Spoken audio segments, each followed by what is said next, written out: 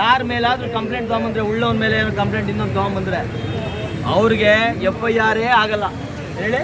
ಒಳ್ಳೆ ಅಧಿಕಾರ ಇರೋನಿಗೆ, ದುಡ್ಡು ಇರೋ ಮೇಲೆ ಯಾರೋ ಕಂಪ್ಲೇಂಟ್ ಕೊಟ್ಟರೆ 14 ದಿನ ಆಯ್ತು, ನಮ್ಮ ಟೈಮ್ ಐತೆ ಬಿಡ, ನೋಡ್ಕೊಂಡು ಮಾಡ್ತೀವಿ, ಹಾಕಿಬೇಕು, 15 ಬೇಕು ಅಂತ. ಅದೇ KRS ಅವ್ರ ಮೇಲೆ ಆದರೆ 14 ನಿಮಿಷ ಬೇಡ ಇವ್ರಿಗೆ, 40 ಡೇಸ್ ಅಲ್ಲ, 40 ಸೆಕೆಂಡ್ಸ್ ಮುಂದೆ ಹಣ.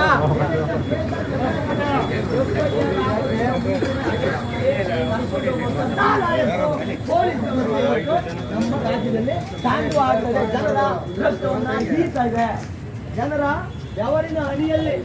ತೋರಿಸಿ ಲೆಟ್ರು ಆಯ್ತಾ? ಅಕ್ನಾಲಜ್ಮೆಂಟ್ ಕೊಟ್ರಾ? ಕೊಟ್ಟಿದ್ದಾರೆ. ಏನು ನಿಮ್ಮ ಪ್ರಶ್ನೆ ಏನು? ಏನು ಮೊನ್ನೆ ನಡೆದಿದೆ, ನಮ್ಮ ಉಪಾಧ್ಯಕ್ಷ ಸೋಮಸುಂದರ್ ಅವ್ರ ಬಗ್ಗೆ ತುಂಬ ಅನ್ಯಾಯ ಆಗಿದೆ. ಯಾಕೆ ಅಂದರೆ ಯಾವ ಹೈಕೋರ್ಟು ಹೇಳಿಲ್ಲ ಏನು ವಿಡಿಯೋ ಮಾಡಬಾರ್ದು ಅಂತ. ಹಂಗಿದ್ರೆ ಅಲ್ಲಿ ಇರೋರೆಲ್ಲ ಬಂಧಿಸ್ಬೋದಿತ್ತು, ಮೀಡಿಯಾದವ್ರನ್ನೂ ಕೂಡ ಬಂಧಿಸ್ಬೋದಿತ್ತು, ಆದರೆ ಆ ಕೆಲಸ ಮಾಡಿಲ್ಲ ಅವರು. ಹಂಗಾಗಿ ಕಂಡಿದ್ದು ಈ ಟಿ ಶರ್ಟ್ ಮಾತ್ರ ಅಷ್ಟೇ, ಅವ್ರ ಟಾರ್ಗೆಟು ಟಿ ಶರ್ಟ್ ಅಷ್ಟೇ. ಆದರೆ ಮುಂದೆ ಯಾವುದೇ ಥರದ ಕಾರಣಕ್ಕೂ ಈ ಥರ ಆಗಬಾರ್ದು. ಇದು ಇದೇ ಥರ ನಡೆದ್ರೆ ಉಗ್ರ ಪ್ರತಿಭಟನೆ ಮಾಡಬೇಕಾಗುತ್ತೆ. KRS ಪಾರ್ಟಿ ಇವತ್ತಿದ್ದ ರಾಜ್ಯಾದ್ಯಂತ ಉಗ್ರ ಹೋರಾಟ ಮಾಡ್ತೆ ಅಂತ ನಾಳೆ ಮಾಡ್ತೀವಿ.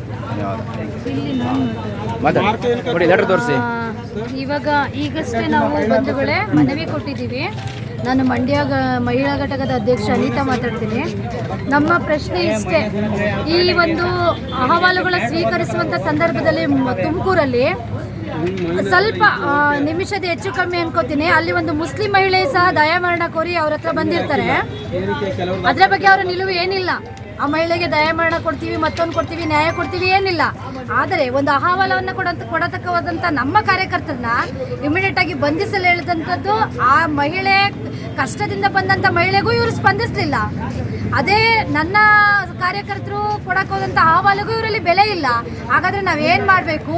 ನೀವು ಅತಿ ಶೀಘ್ರದಲ್ಲೇ ಮುಖ್ಯಮಂತ್ರಿಗಳೇ ನೀವಾಗಿರ್ಬೋದು, ಅಥವಾ ನಿಮ್ಮ ಗೃಹ ಮಂತ್ರಿಗಳಾಗಿರ್ಬೋದು, ನಿಮ್ಮ ಮಂತ್ರಿಮಂಡಲ ಆಗಿರ್ಬೋದು, ಎಲ್ಲರೂ ನಮ್ಮ ಪ್ರಶ್ನೆ ಒಂದೇ, ನಾವು ಎಲ್ಲಿ ಹೋಗಿ ಅಹವಾಲುಗಳನ್ನ ಕೊಡಬೇಕು? ನಮಗೆ ನ್ಯಾಯ ಕೊಡಿ, ಸಂವಿಧಾನಬದ್ಧವಾಗಿ ನ್ಯಾಯ ಕೊಡಿ ಸ್ವಾಮಿ, ಅಷ್ಟೇ.